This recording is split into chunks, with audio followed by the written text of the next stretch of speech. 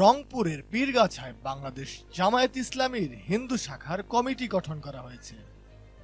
এতে সভাপতি হিসেবে মির্জাপুর ডিগ্রি কলেজের সহকারী অধ্যাপক ভবেশচন্দ্র বর্মন ও সাধারণ সম্পাদক হিসেবে ঔষধ ব্যবসায়ী বিজন চন্দ্র দাসের নাম ঘোষণা করা হয়েছে।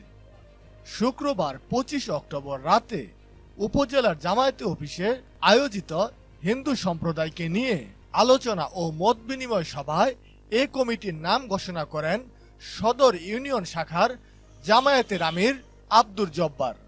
এছাড়াও সহসভাপতি হিসেবে দেবী চৌধুরানী ডিগ্রি কলেজের প্রদর্শক তাপস চন্দ্র রায়, সহ সম্পাদক কিসামত ঝিনিয়া, সনাতন সংঘের সভাপতি হিসেবে সুধারঞ্জন বর্মন ও অর্থ সম্পাদক দেউতি স্কুল অ্যান্ড কলেজের সহকারী শিক্ষক প্রভাস চন্দ্র বর্মনের নাম ঘোষণা করা হয়।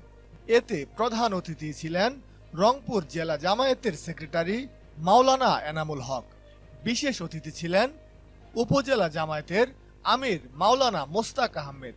জামায়াত ইসলামী একটি মুসলিম সংগঠন হলেও সেখানে হিন্দু শাখার কমিটি গঠন সম্পর্কে আপনাদের মতামত কি? অবশ্যই আমাদেরকে কমেন্টস করে জানাতে পারেন। দেশ এবং দেশের বাইরের যে কোনো নিউজের আপডেট পেতে এক্ষুনি ফেস্টুন মিউজিক ইউটিউব চ্যানেলটিকে সাবস্ক্রাইব করে রাখুন আর সাথে থাকা বেল আইকনটি প্রেস করুন।